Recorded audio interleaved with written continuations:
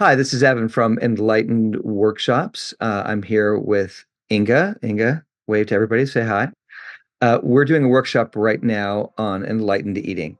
It's about how to really make peace with food and get down to the underlying emotions and trauma that are really the cause of any kind of dysfunction around eating. And we're sort of halfway in between. It's a 2 weekend workshop, and we gave our group. So this is not just for YouTube, it's also for our group. We're sort of clarifying the assignment, and we thought, okay, well, this will be really good to sort of share this assignment with other people. So we're going to share it, and then we're going to give some more details that'll help everybody who are in the middle of the workshop. So the basic exercise is this. If you were doing like an intuitive eating workshop, they would have you sort of studying, really watching yourself eat, really tasting the food, really getting in touch with your body. This exercise is a little bit different. What we want you to do is we want you to get in touch with what you're feeling while you're eating. So you're paying attention to your food, but really what you're doing is, am I feeling any fear right now? Am I feeling any sadness?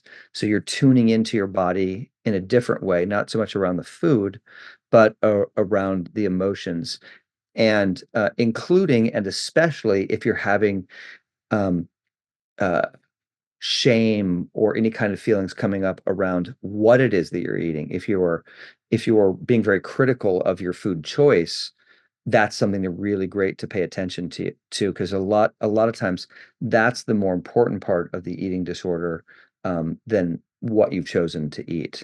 And so Inga wants to sort of add a little something to this exercise. So go ahead, Inga. Yeah, I just want to say, well, you can use this not only for food, but also for other behaviors, like, let's say, watching YouTube excessively.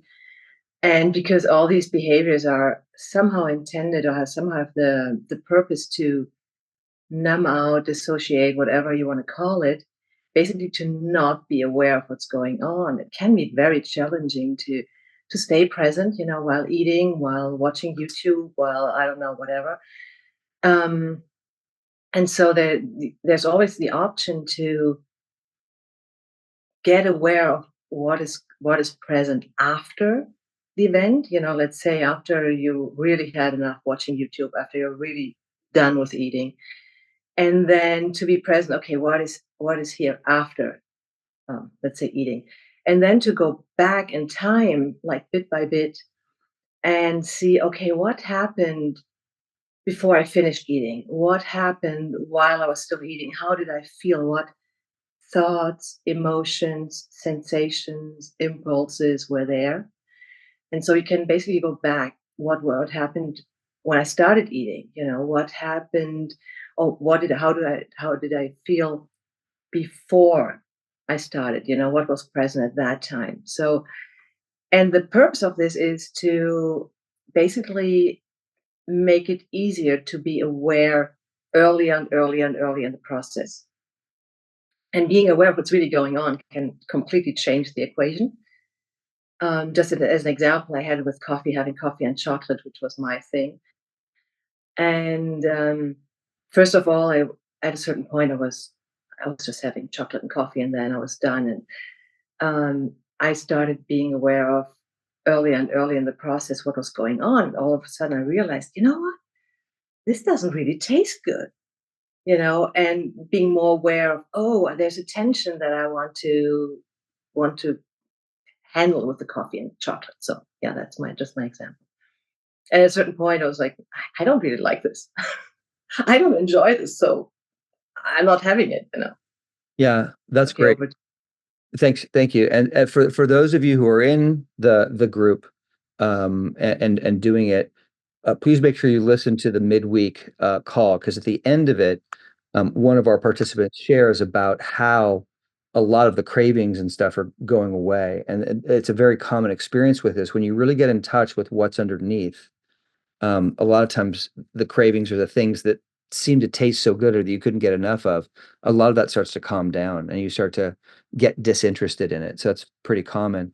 And just to reiterate a couple of things you said and highlight them, Ingo, which I thought were great. It can be very difficult during the eating process to get conscious of anything at all. It's very likely that you're going to find yourself tuning out and watching TV and eating it, which is like the perfect way to completely block out all reality, right? So don't judge yourself if that happens. Use Inga's technique of coming back and doing kind of a post-mortem auto, like forensic thing and going, what was I feeling? Like for me, I started to realize that when I was working on a creative project and it wasn't going my way, that was a cue and a signal for like, oh, I want to eat something. And what that was, it was fear that I couldn't do this and I couldn't do it right. And I couldn't be with that fear or acknowledge that fear. So now it's very rare that I go run to the cupboard to get something to deal with that feeling. I deal with the feeling of I'm not going to do this well enough directly by being present with it. But just to say that takes a while because the whole point of all this food stuff is these feelings are really difficult and challenging to be with. We don't want to minimize how difficult they are, but the feelings and those feelings are really the things that are causing us to reach for the food. Um, so hopefully to our enlightened workshop participants, I hope that really helps. And for those of you who are not in the workshop, you can check out any of our workshops at enlightenedworkshops.com. And anything else you want to say, Inga, before we? No, I think that's it. Just again, this technique really helped me not just with the food, but also with watching YouTube. Because for me that was something, as you said, Evan, like um, fear of going to bed, fear of being alone, and then like it just was the perfect thing to numb out. Right, it And was really change. wholesome. Yeah. Okay. Okay, great. Wonderful. All right. Well, great job, Inga. Thank you. And night for those of you we haven't met yet, nice meeting you all. And for those of you we already know well, I hope this helps. All right. Cheers. Bye. Bye.